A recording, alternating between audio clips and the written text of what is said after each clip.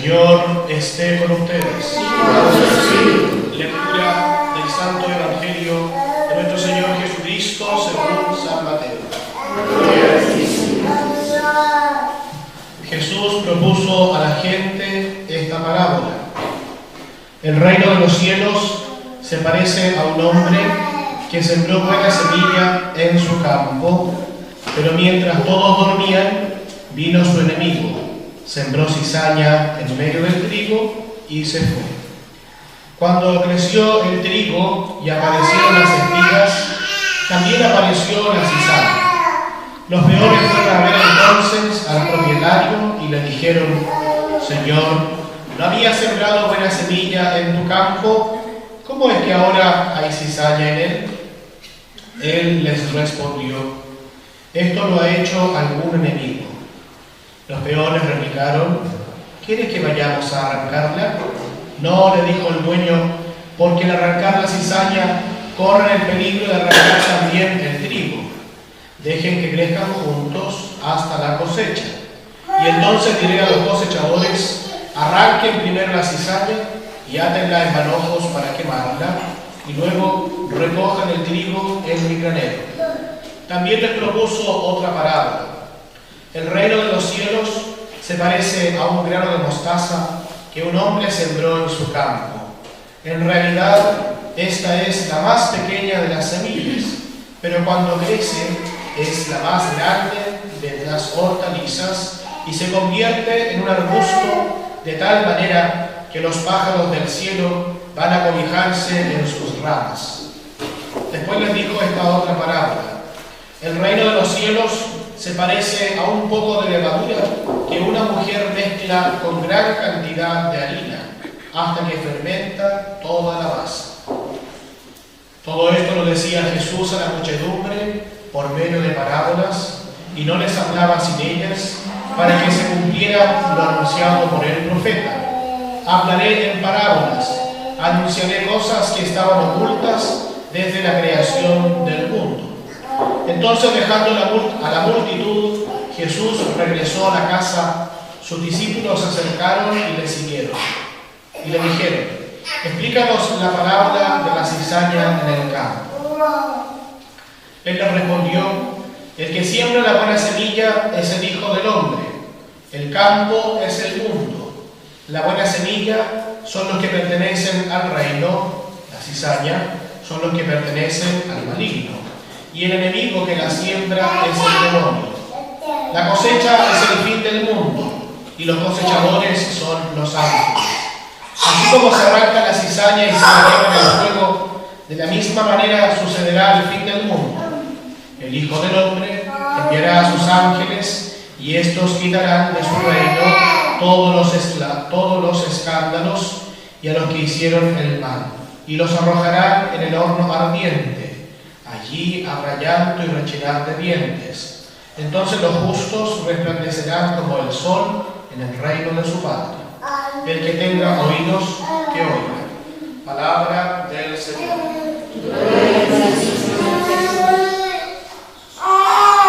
Bueno, vamos a tomar asiento un momento.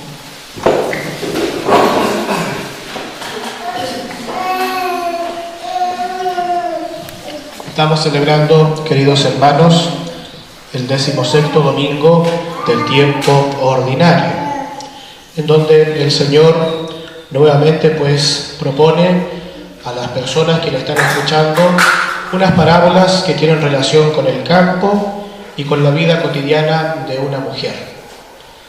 Muchas veces escuchamos que el Señor se refiere al campo para anunciar una verdad de fe. Hace pocos domingos escuchamos la parábola del sembrador, y tiene como de alguna manera una similitud con esta parábola del trigo y la cizaña que hemos escuchado.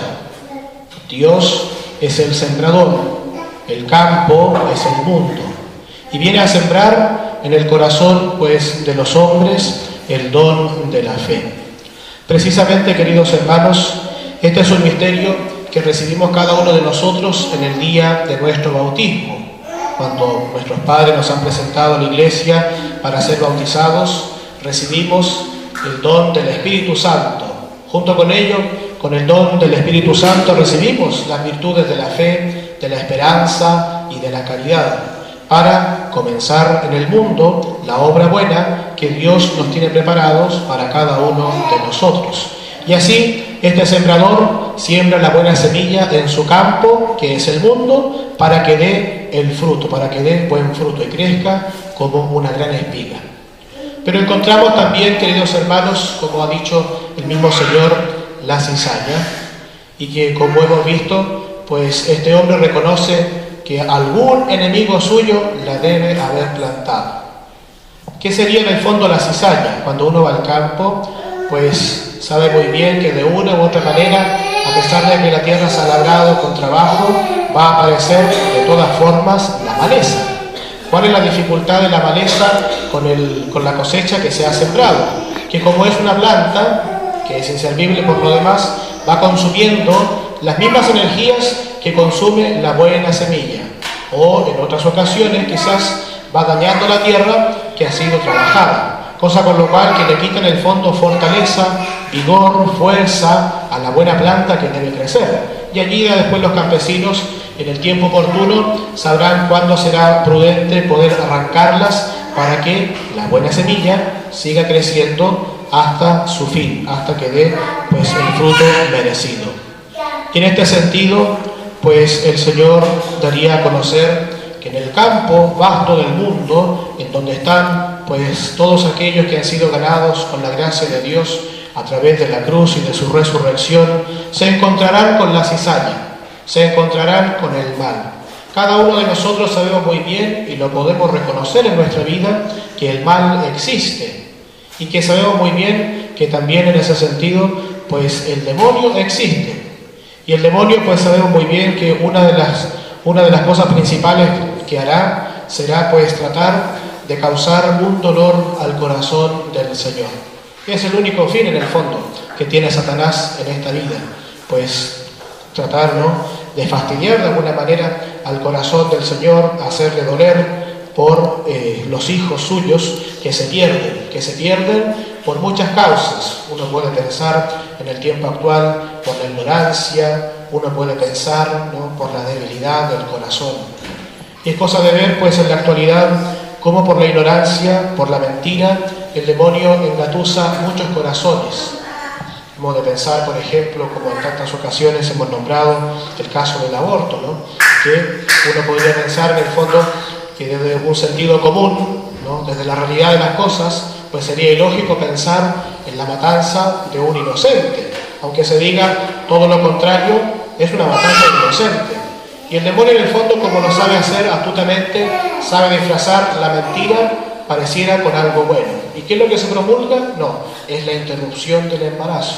Ustedes que son madres sabrán muy bien que no es así, no es la interrupción, es la matanza literalmente de un pequeño. Por eso mismo que el Señor, que nos ha forjado en el campo, que nos ha labrado en el campo, pone también y permite que exista el mal. ¿Y por qué lo permite? Porque del mal siempre Dios puede sacar un bien mayor. Cuando en nuestra vida reconocemos que hemos de llevar la cruz y a veces cargamos con una cruz pesadísima, uno podría pensar, bueno, ¿y dónde está Dios? ¿Por qué el Señor permite tanto mal en nuestra vida? Su infinita bondad y en su pues voluntad, que es perfectísima, sabe siempre sacar de un mal un bien mayor. La gracia será entonces reconocer en el mal aparente lo que Dios nos quiere decir. Dios siempre habla a través de cosas buenas, siempre habla a través también incluso de las cosas malas. Dios habla a través de las personas, a través de situaciones que van ocurriendo en nuestra vida y por sobre todas las cosas a través de su palabra, que para cada uno de nosotros es una fuente vital de alimento para ir creciendo en la fe. Por ello, queridos hermanos, hemos de saber que llevamos en nuestra vida un combate en la fe. Si bien el Señor nos ha concedido la gracia de la vida eterna, nos ha prometido ese don y perseveramos y queremos perseverar en su amor, sabemos muy bien también que deberemos luchar contra la insidia de Satanás y de sus secuaces que tratarán por uno u otro medio tratar de perder nuestras almas. Pero cada vez que nos acercamos más al Señor, nuestra inteligencia y nuestra voluntad se van volviendo más sólida. Nuestro querer de la voluntad de Dios se va queriendo más firme. Y por eso mismo, queridos hermanos, cada vez que estamos con el Señor y vivimos de Dios, nada hemos de temer. Cosa con lo cual, y queda pues reflejado en las dos parábolas que siguen al trigo y a la cizaña, donde Jesús presenta en este sentido el misterio de la fe como un granito de mostaza. El grano de mostaza, para los que no lo conocen, es un granito chiquitísimo, muy pequeño, pero que al plantarlo y al dejarlo crecer y cultivarlo como merece, pues crece de tal forma que hasta los mismos pájaros pueden cobijarse en el arbusto. Crece como un arbusto bien grandecito y bien bonito, de una cosita muy chiquitita. Entonces, hasta los mismos pájaros son capaces de cobijarse. Si uno lo piensa en este sentido, desde nuestra fe, el Señor nos va concediendo el don de la fe. Y la fe sabemos muy bien que como un don de Dios, y sabemos muy bien que es un don de Dios, debemos cuidarnos como centinelas, ¿no? Como guardianes.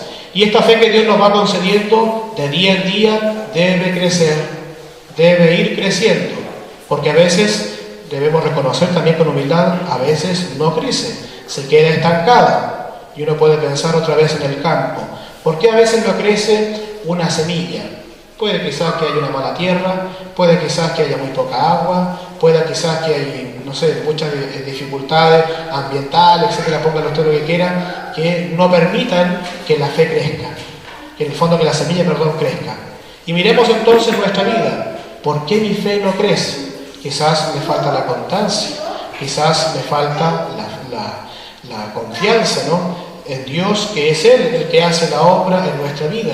Quizás hay muchas dificultades en el fondo que me hacen renegar de Dios. Y allí uno podría pensar en el caso de la cizaña. Quizás veo el testimonio de un hermano que es cristiano, pero que no vive su fe y me escandaliza, me horroriza. O alguien que está llamado a hacer un gran bien y en verdad, pues uno dice, bueno, ¿cómo es la cosa? Si todos recibimos el mismo don, ¿por qué esta persona hace todo lo contrario? Y es escándalo y piedra de tope para muchos, ¿cierto? Entonces, ciertamente, pues el Señor nos hace este llamado a meditar.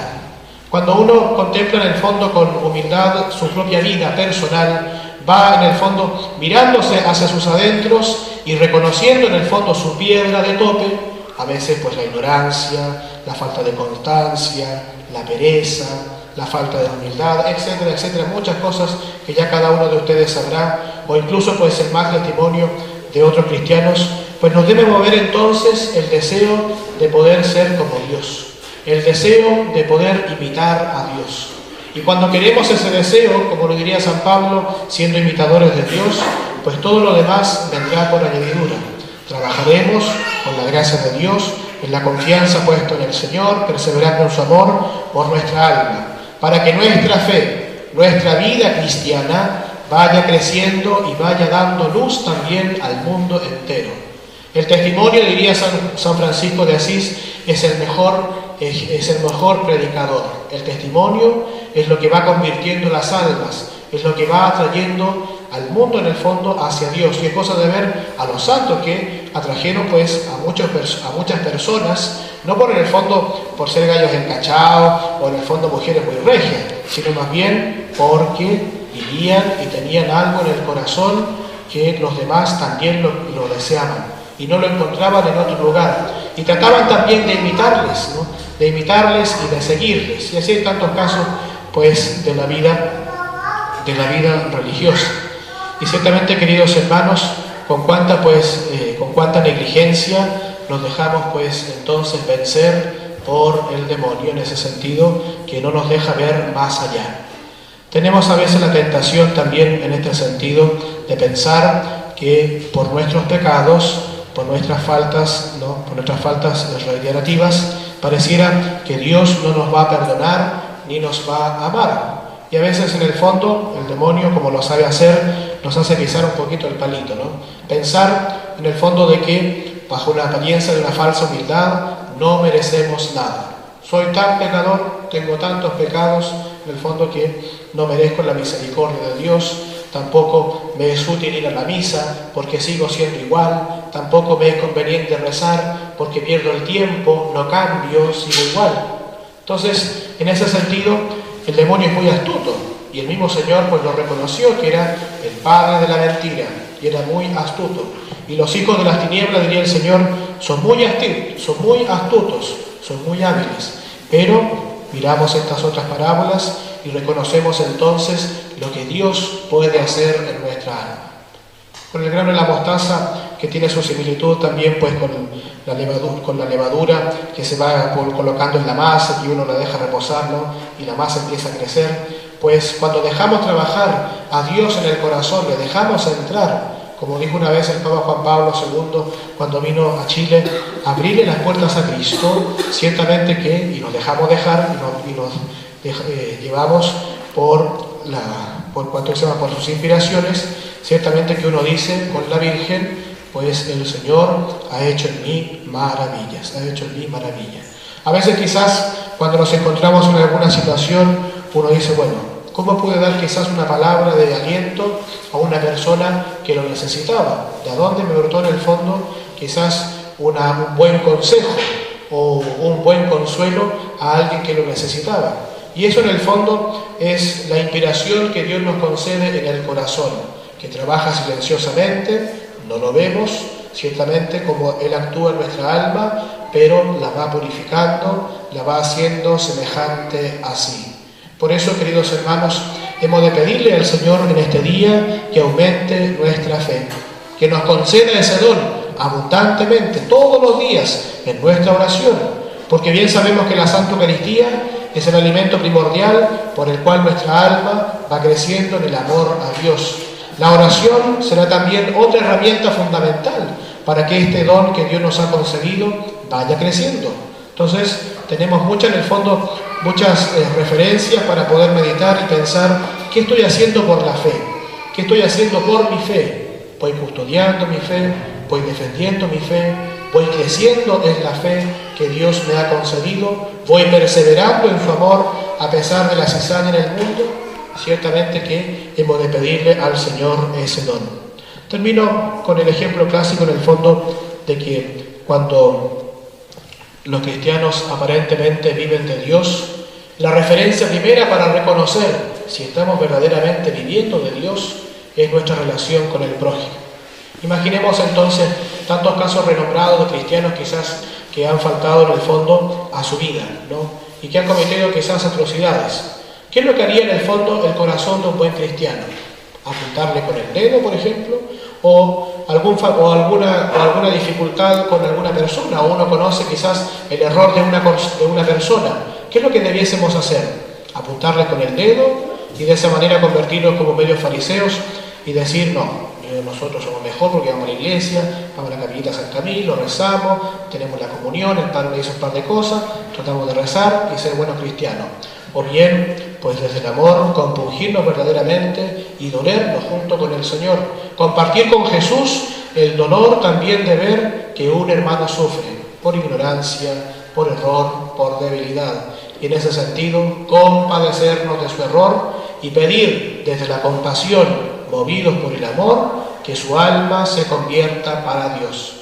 Eso es lo que debiésemos hacer. Pero no al contrario en el fondo cuando dicen no, que esa persona se va a golpear el pecho. Es lo típico en el fondo que lo escucha, ¿no? Esa persona se va a golpear el pecho y sale después de la iglesia y sigue siendo la misma persona, lo cambia. En realidad sabemos muy bien que la conversión no es fruto de un trabajo personal, es fruto del amor de Dios, que le dejamos actuar en nuestra alma y Él nos va concediendo entonces la inspiración necesaria para transformarnos. Debiésemos entonces, pues, rezar, unirnos en oración los unos por los otros. Y esa es en el fondo la medida de nuestro amor. Mientras más amamos a nuestro prójimo, pues ciertamente será una buena medida y una buena señal para reconocer por lo demás que amamos a Dios y que somos una buena semilla que Dios ha plantado en el mundo.